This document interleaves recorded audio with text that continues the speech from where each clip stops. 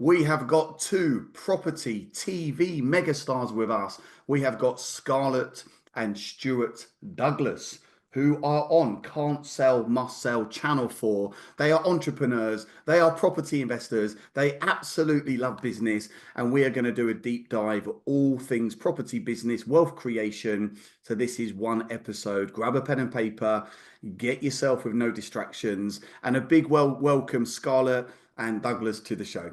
Hi, thank you so much. Do you know, even I got a pen and paper ready then when you said that. I thought, oh, what am I going to learn on this great podcast? It's great to be here. So thank you for having myself and obviously my brother Stuart as well. Appreciate it. How you doing? You're right, Liam. Awesome. I'm really good. Really appreciate your time. I know the audience are going to love you guys because I just love your energy. I've seen a whole bunch of your stuff online. So, you know what? Let's really just start at the beginning.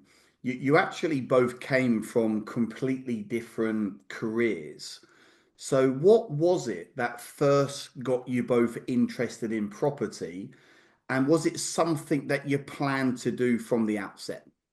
I feel like Stuart should start answering this question because I only got into property because of him. So he is the main man. So Stuart, take it away. Yeah, and the honest answer and the simple answer is no. I had no plan, interest, or desire to go down the property route. I played professional football, and as a kid, that was all I wanted to do. Just play football in the park, in the garden. I played for my Sunday league team, for my district team, for my county team. Just football was my life. And my parents said to me when I was young, listen, we'll back you, we'll give you all the support you want for football, as long as you get your grades at school. And if you don't get your grades, you're not playing football. And that was a big enough threat for me to like really knuckle down and work hard at school. So I remember I got all of my grades, and then I was in the top three of my year. There was me and there were two girls in the top three. And I remember my head teacher pulling me and saying, don't play football, stay on, do sixth form, and you'll be head boy. And then you can go into any profession you want because you're very clever, you've got a great attitude, and you work hard. And I just remember looking at him and I said, listen, mum and dad told me if I get good grades, I can play football. And I'm going to play football. So I remember saying, thank you, but no thank you. And that's what I did. I left school with all of my GCSEs. I think I had four A's, three B's, two C's, something like that. And then my head teacher thought that I was throwing away my talent when it came to studying and education. But I knew what I wanted to do. So playing football, mum and dad always said, listen, whatever you do, you get a lot of free time in football. When you're initially an apprentice, it's tough, but then when you sign pro, you get quite a bit of free time. You'll be at work at 9:30, whatever, for breakfast. You'll train, you have lunch at 1 o'clock. You might have an afternoon session, you might not, but you're always home by 3, 4 the latest. So there's always a lot of time. My parents would always say, like, listen, you need to make sure you still study or make sure that you look after your money, don't squander it. So I saved and I saved and I saved. And by the time I was 21, which was a long time ago now, by the way, but by the time I was 21, I'd managed to save about 25 grand, just had sitting in an account, which for a 21-year-old is not bad. And I wasn't gifted that money. That was money that I'd earned and that I'd saved. And I remember that at the time I was playing for Luton Town Football Club, and one of the directors was in property. He made his money in property. And I just remember I actually didn't want to get into property. I just wanted to buy a house. I had a chunk of money sitting there, and I wanted to buy my first house. So I pulled him and I said, like, Anthony, can you help me buy a house? And he was like, yeah, sure, I can. At the time I was playing at Luton, he was looking at houses for me in St John's Wood, in Paddington, all these like really nice areas because that's where he would buy. And I remember thinking to myself, like, I have to get from like central London to Luton every day for training. Like, that's a lot. And I was like, Anthony, I need to live nearer the training ground. Like, I can't, as much as the places that you were showing me were great and they were under market value and there was great investment return in them had I bought them. I was like, I need to be near the training ground because at that time, I still wasn't thinking about making money in property. All that I was thinking was, I've got 25 grand. I don't want to spend this and lose it. That's all I was thinking. Like, what can I buy to make sure that this money is safe? So he said, oh, if you're going to live near Luton, live near in St Albans or live in Harpenden. He said that they're very nice areas. A lot of families like to live there. A lot of young professionals like to live there because you can get the train from St Albans straight into London. So he was telling me all these things that I hadn't really thought about. I was just thinking I need to live near the training ground. And he was like, you need to live near the training ground, but whatever property you buy, it needs to have a lot of other like plus points for potential buyers. And I wasn't thinking that. I was just thinking about myself, not about selling in the long term. So we found a brilliant, it was a converted hat factory. It was so cool, a private little muse. And I remember put the offer in, it was 100 and I think I paid 175 grand for it at the time. So I was able, and I got a 10% mortgage, 17.5 grand mortgage. Great, buzzing, got my first place. And all that I was thinking is, I've got to pay like 17.5 grand for a deposit. I've got to pay another 2.5 grand conveyancing fees. I've got to pay stat. And I was thinking, oh, this 25 grand that I've got is gone. All I was thinking was, this money's gone. Like, am I crazy? Am I doing the right thing? And I remember Anthony saying to me, trust me, this will be one of the best investments you will ever make. So I trusted him. I didn't want to, but I thought, you know what? I need a house. I'll do it. So I bought this place. Yeah, and he was right. So I lived there where I played for Luton, kept it. When I moved clubs, I bought another flat in Boston, in Lincolnshire.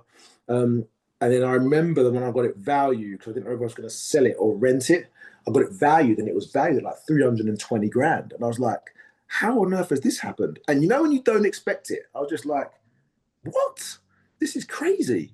And it was doubled your money. Yeah, and it was at that point where I was like, am I in the wrong profession here? Do you know what I mean? Like, I love playing football. I don't get me wrong, it's a passion of mine, but I need to look into this property business because he made it seem so easy. Like, he helped me find the place.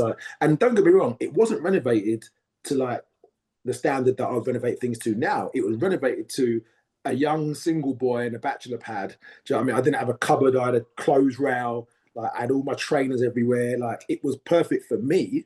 And I was still like bamboozled as to how it had made what would you say then, that initial experience in property, what would you say was the biggest learning for you that could be a learning for somebody else? Right, so the biggest to get their first deal. The biggest, there were two things that are really important, is that take advice, not from people who think they know what they're doing, take advice from people who have done it and who are successful in it.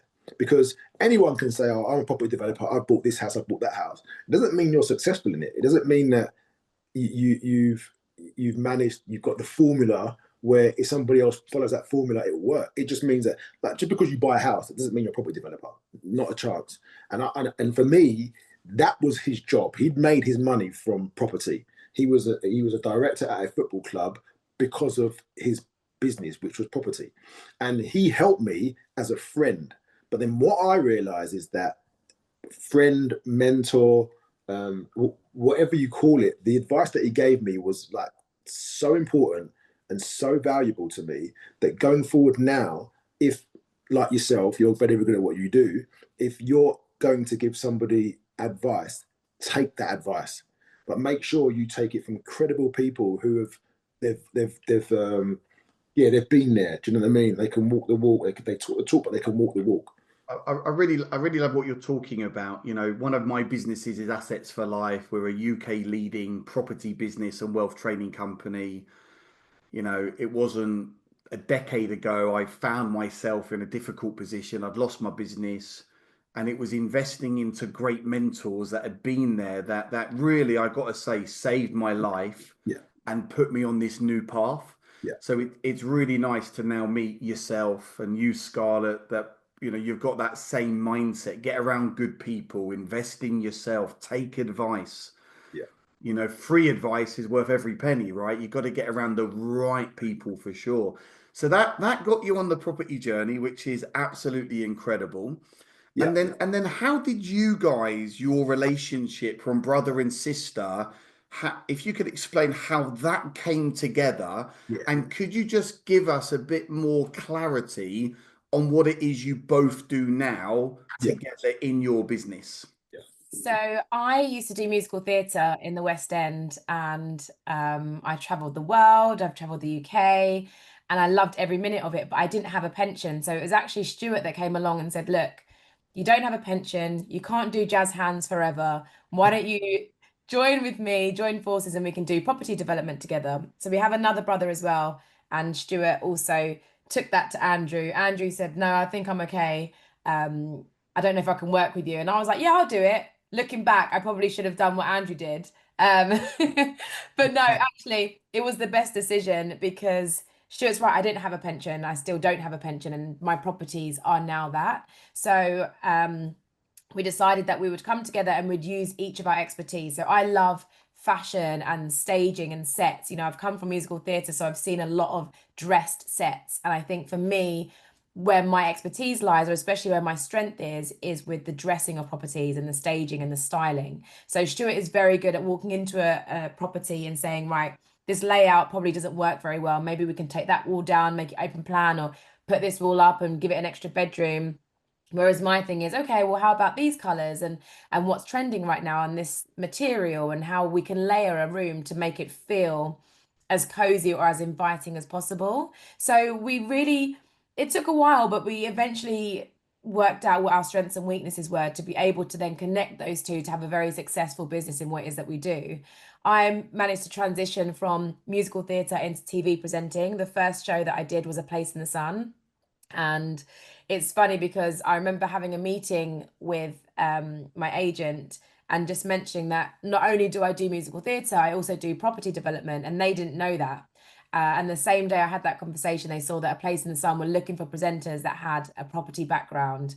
And I was like, well, I've been doing development for however many years with my brother. I had to send them some pictures like before and afters and answer some questions. And then I got that job. And that was 10 years ago this year. So 2015, I started with that.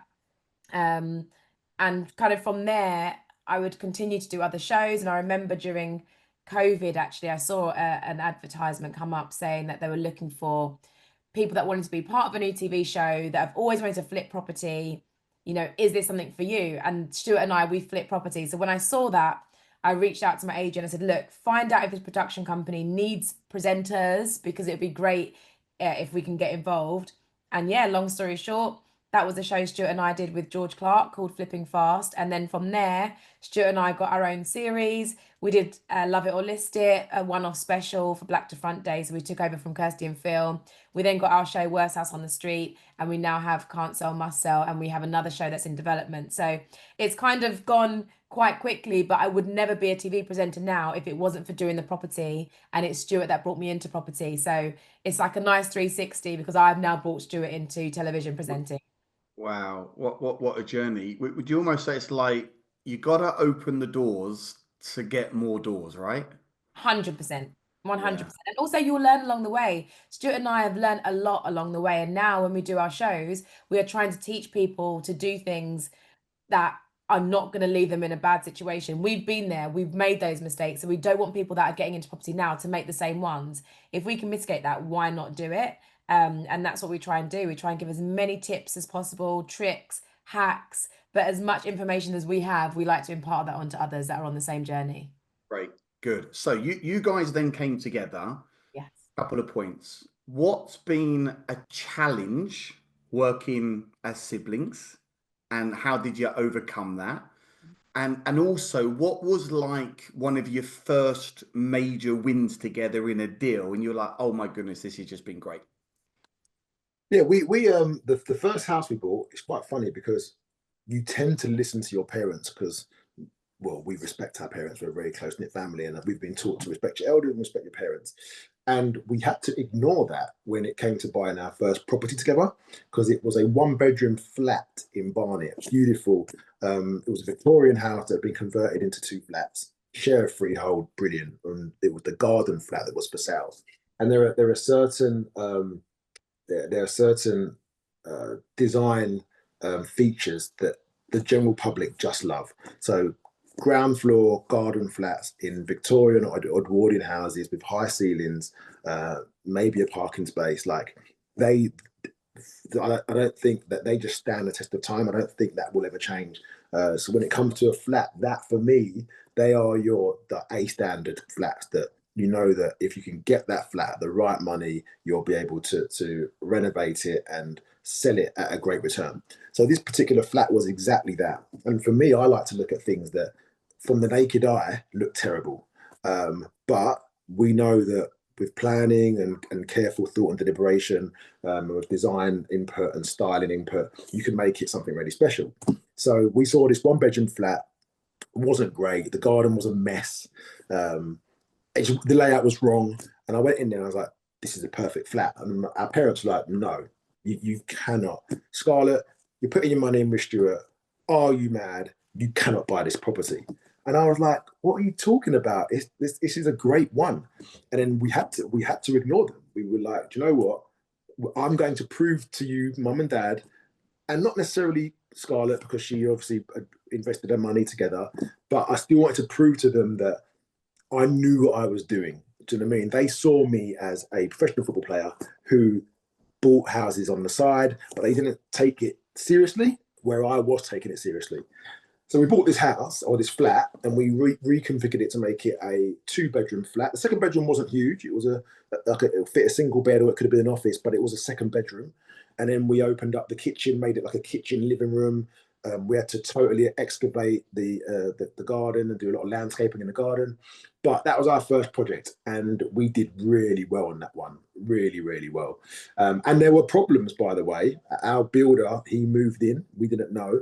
He moved in and was living in there with his partner. He was using rent-free, using all of our brand new appliances that we put in the kitchen. And the only reason I knew it, I thought that somebody was going in, and I thought that Scarlette had cleaned the hob, and I thought she'd scratched it. And I was like, Scarlette, why are you cleaning the hob with like a scourer? Like there's scratch marks. And she's like, I've not cleaned the hob. Why would I need to clean it? It's brand new. And I was like, that doesn't make any sense. And I used to always tell the builder, oh yeah, we're going to pop round at this time on this day to see the progress.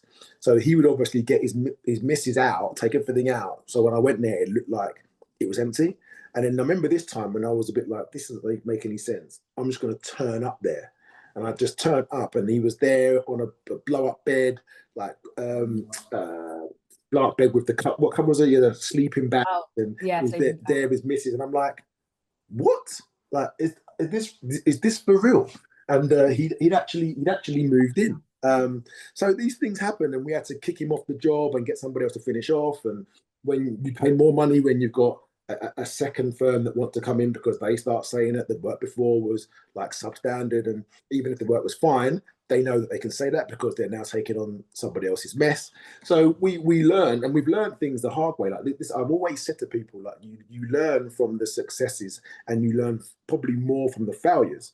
But that was our first one. So we had ups and downs on that one, but in the end, we came out and we made like over 6 figures profit on that one. And it was only then that my parents realized, oh, actually, Stuart does know what he's doing. Do you know what I mean? So even though now they still will probably have a similar mindset of why on earth are you buying this, rather than them saying don't buy it, they'll be like, oh, you're going to buy this one, but then they leave it at that because they know what we can do and how we can turn things around. So that's how, and that was the first one that we did. We bought another one straight after around the corner in Bushell Park. And that's the one thing that I like to do, Liam. People always say, oh, would you go and buy up north? The houses are cheaper up north, whatever else. And I'm like, no, I wouldn't. Not because there's no money. There is money. There's money in everywhere. I think you make your money when you buy. If you buy right, you'll make money. But for me, I like to renovate in areas that I know. If I know an area, right? If I know an area, I know the ceiling price on every property on every road in the area. I know if I know the ceiling price and I know my renovation costs, I can then work back and say, right, okay, if I buy this property at this amount, I will make money because I know what renovation costs are. I know what the ceiling price is. Now, if I was to go to Blackpool or wherever else, like I wouldn't have as much information to hand to make a informed decision on what I'm buying. So for me, I like to buy in areas that I know very well. Also, we can stay on top of it. So if now, I mean, obviously I'm Bournemouth, Scarlette still in Hertfordshire. If I buy in Hertfordshire or the surrounding counties, I know that Scarlette can oversee things and look at things there. If we buy in Bournemouth, Christchurch, Southbourne, this sort of way, I can oversee things this way. So it's always a case of just making sure for us, it's how it works, that you've got like hands on, and you can get to any renovation property or any renovation site, you can get there, because sometimes decisions need to be made spontaneously. And I don't think it's wise to leave decisions in the hands of builders. Do you know what I mean? I think that builders, we instruct our builders, or we instruct our team to follow our instructions.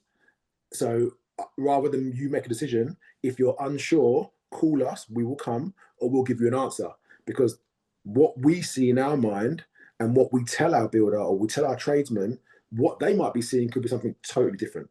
So for us, it's always, let's stay in areas that we know that we're comfortable with, because we know if we're getting a good deal when we buy. Whereas if we go into other areas, we may think we're getting a good deal, but at the end of the renovation, actually it wasn't. So that's how we work, and together it's fine. Like, listen, if you've got a sibling, or if anybody's listening has got siblings, you got some groups of siblings that bicker and argue and don't see eye to eye, and you've got other siblings who actually get on really well. Fortunately for us, me, Scarlette, and our brother Andrew, we're three siblings that get on really well. We have our differences, and we'll have our I wouldn't say arguments, but we have our heated discussions at times. But I always think that's productive. I would rather work in a team where somebody's happy to tell me no, I don't agree with that, than to be in a team where everyone is just saying yes because they feel that they have to. You can't progress, you can't get better if everybody always agrees with you. You have to have people that don't agree with you, and you have to have people in your team that see things differently, because it's only then where you be like, actually, you know what, Scarlett, I didn't think of that. That's actually a good idea. Or I don't agree with that because, but at least you're now having a discussion about something that may have totally crossed your mind. And I think I've heard this saying before, but you have to be comfortable with being uncomfortable. You have to be comfortable enough to say, no, I disagree with this, and this is the reason why, instead of, oh, I don't agree with it, but I'm just going to tell them that I do for an easy life. I'd rather not have that. And I know that with Scarlett, if she doesn't like something, she'll say, Stuart, I don't agree with it, and vice versa. But then we'll have our discussion, and as siblings that get on, but also as business partners that get on, we will come up with a decision that we're both happy with. And that's, I think, we've learned along the way that, yeah, I think that not confrontation, but difference is good.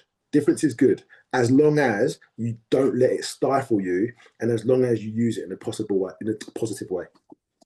There's so many golden nuggets wrapped up in that piece you've just mentioned. You know, about your builders and managing the team and taking responsibility and going through the ups and downs, and it really comes into communicating respect, values, allowing yourselves to be individuals, but then allowing yourself to be individuals within a team, and working it out as you go. So, you know, to go and make six figures on your first deal is great.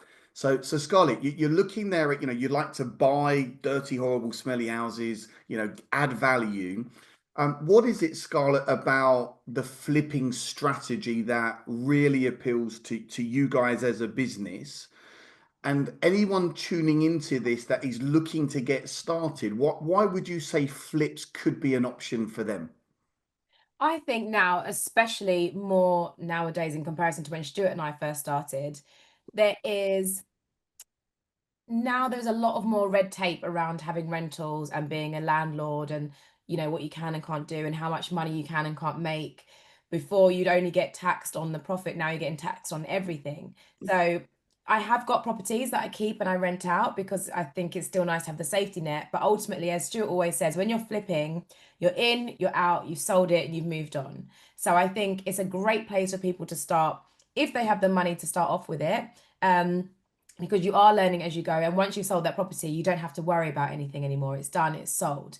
Now, of course, there are so many different ways that you can invest in property. A lot of people are doing rent to rent now because you don't actually have to pay up money up front. A lot of people are maybe doing serviced accommodation. They're doing SAs because they like that it's kind of like a buy-to-let property, but you're getting more money in per night as opposed to getting your monthly rent if you had a long-term tenant in. So there are loads of different ways that you can make money from property, but flipping works for us because we're in and we're out.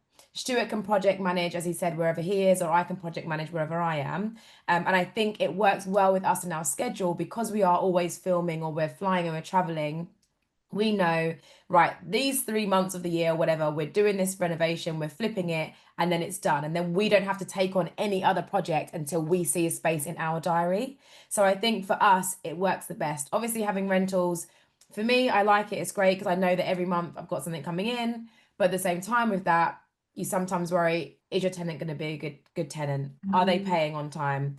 If they are paying the right amount? Like one of my tenants at the moment, love her to bits, but oh my goodness, it's like pulling teeth sometimes. I'm like, just pay what you're meant to pay the day you're meant to pay it. So yeah, I think flipping it does work for us because it's probably the less stressful of all of the options, but you still have certain issues when it comes to flipping things anyway. But I guess it all depends on what it is that somebody is passionate about, and where they feel their expertise can lie. I think Stuart and I, as I said, we work well together because we have our strengths and our weaknesses. And it could be that people want to get in property, but maybe they don't have the money. So then instead they can do a JV, a joint venture, where they might find someone that is cash rich but time poor, whereas this person is time rich but cash poor. So together it works well because one might not have the money, but they have the time to do the renovation. And then ultimately this pairing is being able to make money together jointly. So yeah, I think it all depends on what it is that somebody wants to do. But for us, mainly flipping is what we enjoy. As I said, I have held on to a couple of properties, but it's just not as beneficial as it was. And you see a lot of landlords are selling their places because you don't really make the same money like you used to. Okay, cool. I love that, and it's worked really well for you guys. And yeah, with every strategy, there's some ups, there's some downs. You've got to find what works well for you. So okay, people are listening. They want to go and find dirty, horrible, smelly, disgusting houses. They go, you know what? I'm going to try this flip thing. What is the balance between risk and reward? So when getting that first or next deal over the line, are there anything that you definitely stay away from? What are some of the things that you personally look for where you're like, oh, you know what, this could be a really good deal where we can add lots of value? How do you look to, what do you stay away from, if anything? And how do you guys look to add value to the properties?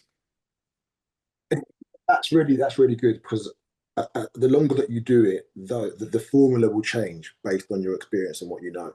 So I would always initially I'd say, you know what, if you're looking at property, stay away with anything that's got like real serious structural issues like subsidence, etc., because they can eat a lot of money out of your budget real quickly. So I always say, like, make sure, and we've got our own structural engineer. So on every property that we buy, he comes with us and he will say, yeah, almost like a traffic light system. He'll say, Stuart, this is property, this is a green light, no issues, fine. He'll say, this is an amber, I've seen one or two issues that you can rectify, or he will say, this is a red. Don't get me wrong, you can buy it, but it's going to cost you a lot of money to remedy. Now, again, just because it's a red light doesn't mean we won't buy it. It just means that when we're factoring our renovation costs, we now need to negotiate a purchase price that reflects that. So if it's a green, we can negotiate, but we know that if we pay close to what they're asking for, it's fine. If it's a red, we know we need to take a lot of money off of the asking price. So he just gives us an initial indication. So I would always say to people, like, make sure you check the structure of a property. Then, and I think they might be changing the rules around leasehold now, but has this property, for buying a flat, is it leasehold, is it share freehold? I like share freehold because it gives you more control on what you want to do when you do renovation. Is it a leasehold? If it is leasehold, A, how long is left on the lease? Can you get a lease extended? And if you can, how much will it cost? And who is the freeholder? And is the freeholder willing to let you do work? Because ultimately, if you're buying a leasehold property, you have to get permission from the freeholder to often do alteration works within the property. So I always say, if you're going to buy a flat, try and buy a flat that's share freehold, or that you know there's a relatively long lease. If the lease isn't long, that can also help when you're negotiating to buy the property, but just make sure that it's not going to cost a lot of money to get that lease extended. So always speak to the freeholder if you're buying leasehold first, just to get an idea. Because the more information you get about a property before you buy it, the better the decision will be when you decide to walk away or you decide to negotiate. So for me, I would always say to anyone that's first starting up, like, think with your head, not your heart. Do a lot of research. You see a property that you like, do a lot of research, and not just on the property that you're buying. Do research on the properties on that street. How much have they gone for? When were they last sold? Are you buying in a street where properties don't often come up for sale? If you are, then you know that it's a place where people want to buy and they want to stay. And if you get an opportunity to get that property, you know that there will be a lot of people that are going to want to buy in that because it's an area that is very attractive. Or is it a road where places are on the sale all the time? Is there a lot of coming and going? I also say, like, are you planning on buying it? Who are you planning on buying this for? Like, if you're going to buy a property, are you buying it to sell to young professionals? Are you buying it to sell to families? Because the criteria then changes. If you want to buy a property that you're going to sell to families, right? Is it near good schools? What are the transport links like? So can the kids get the bus to school, or if they got like after school activity when they get a bit older, can they travel? Like, or is it young professionals? Is there a nice high street with bars and restaurants? Or like, there's so much research that you can do before you even put an offer in. And I always say to people, and they think I'm crazy, but I always say, view the property in the day, view the property at school time. So at 9 in the morning, at 3 in the afternoon, go back and view it, and view the property at night, because you see things look very different at different times of the day. And what property might look perfect and brilliant at 12 o'clock, if you go back there at 3 in the afternoon, you might realize that there's nowhere to park. People are parking across everyone's drive. There's children everywhere, and you might be like, oh, actually, this isn't great. Or you might go somewhere that in the day looks wonderful, and at night time you might be hearing sirens, or like you're seeing undesirables on the corner of the street. Like, there's so many things that you can do yourself. So I always say, prepare and plan. And if you're going to go into this, like, you need to go into this with like military like tactics. Go in and be like, right, this is what we're going to do. This is what we do. Like, we do this on every property that we're going to buy. We do this. The reason that we can do it quickly is because we tend to do it in areas that we know. So we've already got a lot of the answers anyway. Do you know what I mean? But it's always like, do your due diligence. Don't go into this and think it's going to be like a television show where you go in and an hour later it's changed. That's not realistic. And that's why we do our television shows. We try to make our television shows entertaining, but also educational and realistic, because there are always ups and downs when you're doing this. And the more research you do before you offer on something, and the more research that you do before any tradesmen start to get their tools out, then the smoother the journey and the renovation will be. If not, then you will have a topsy-turvy renovation, and you're then going to pretty much chance whether or not you make a profit. That shouldn't be the case. It should be, I'm going to make a profit. It's what degree of profit am I going to make? That should be that should be the end. And you say, right, best case scenario, I'll make 100 grand. Worst case scenario, I'll make 50 grand. That's how, if you're going into it, it's got to be the degree of profit, not all, are we going to make a profit or are we not? Because if you're asking yourself that question, you shouldn't be going into that deal. Nice, great. I love that. Plan, be patient is what I'm hearing. Yeah. Know your numbers. Just dot the I's, cross the T's. Yeah. It's not about making the most amount of money. It's about being profitable. Yeah, exactly that. And it's also, you have to be willing to say no. You have to be willing to walk away. And we've lost properties that I think, oh, that would have been so nice if we'd have got that one. But we walked away for a reason, or we lost it for a reason. Somebody might have come in and paid a higher amount than we were willing to offer.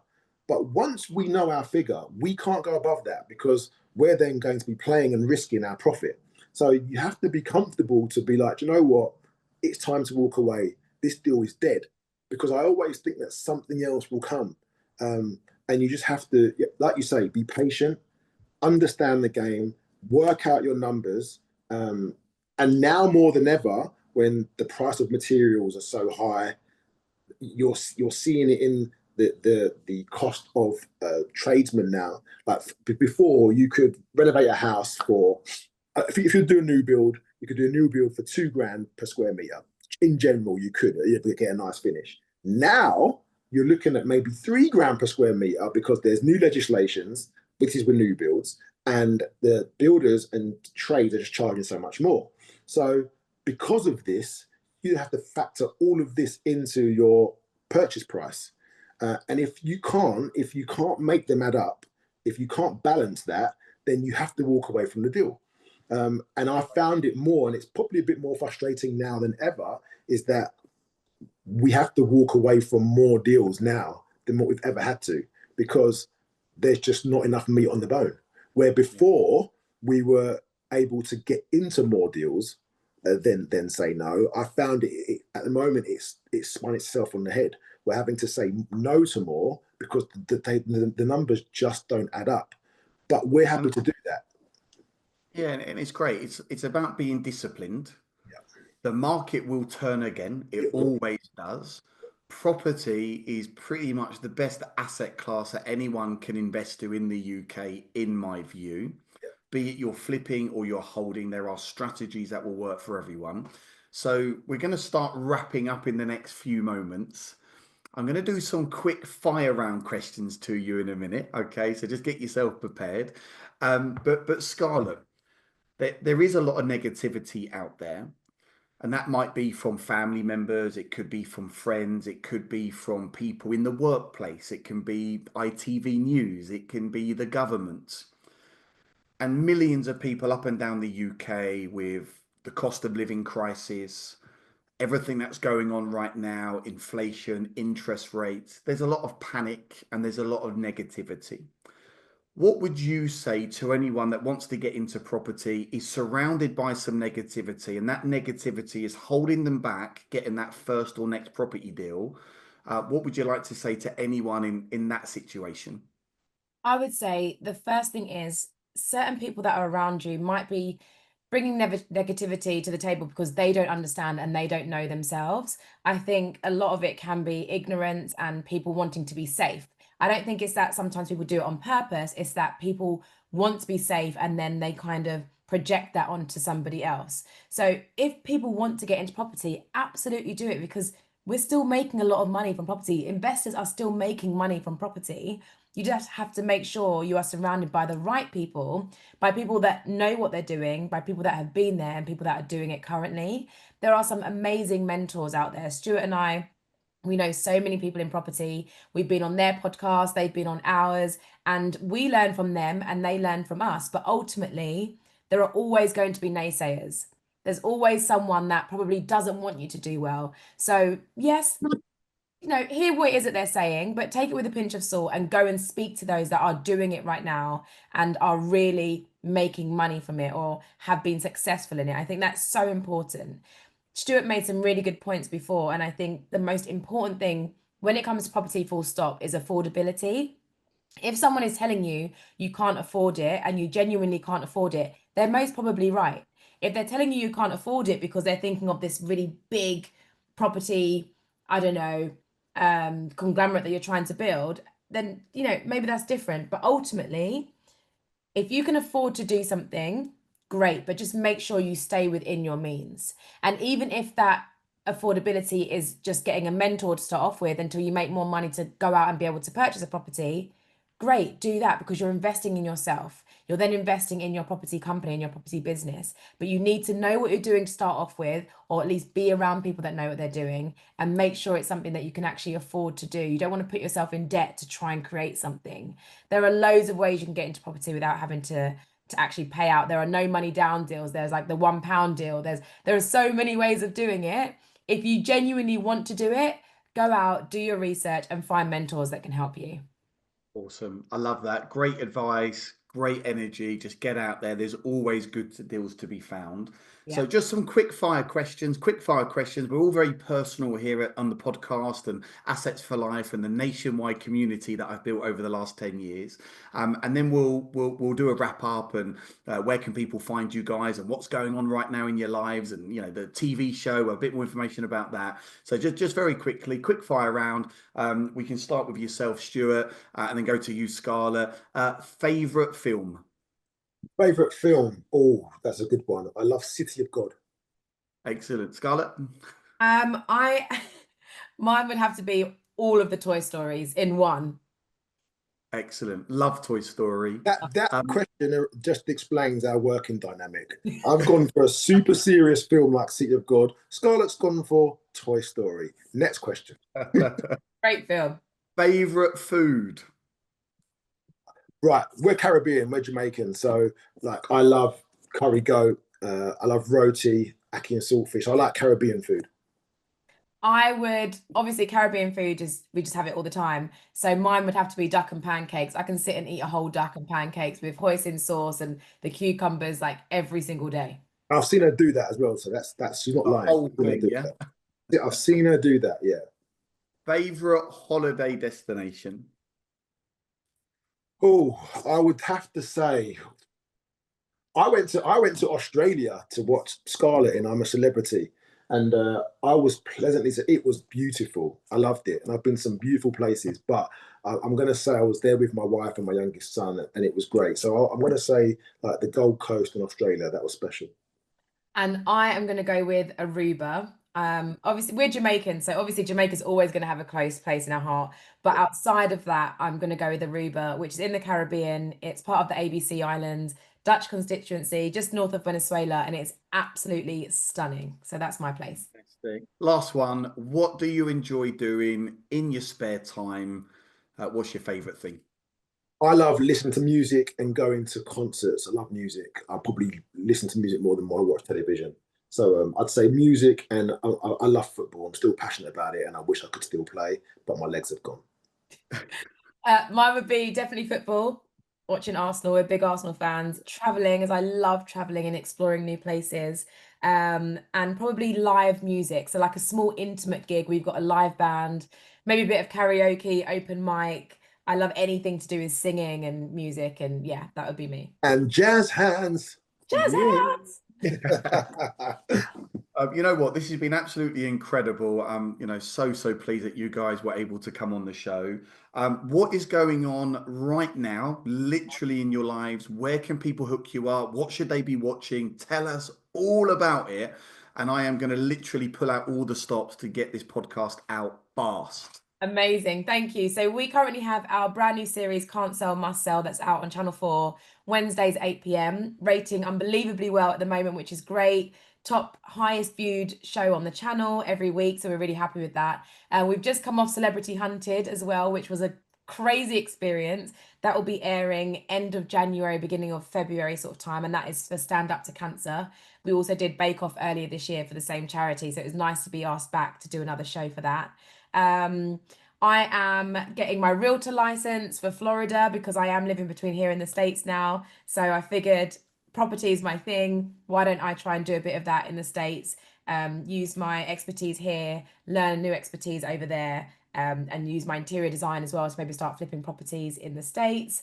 I think that's it, my side, Stuart. Yeah, we're currently still buying and selling. We're just selling a house that we renovated now, so we're hoping to exchange early August to complete middle of August, and then from there we're buying an actual ground floor garden flat. Actually, we're buying, and we have also just been accepted an offer that we've put on another house, a big detached house that needs a lot of work. So we are probably going to document those so people can see what we're doing. And the good thing is that the flat is very different to the house. They're still properties, but they're different, obviously, price scales. So it'd be good for people to see what we do with each type of property. So we'll document that on our Instagram, which is at Scar and Stu. So at SCARANDSTU. And the last two things actually I'd like to say is that we are currently on the front cover of First Time Buyer magazine, so you can go and get that now.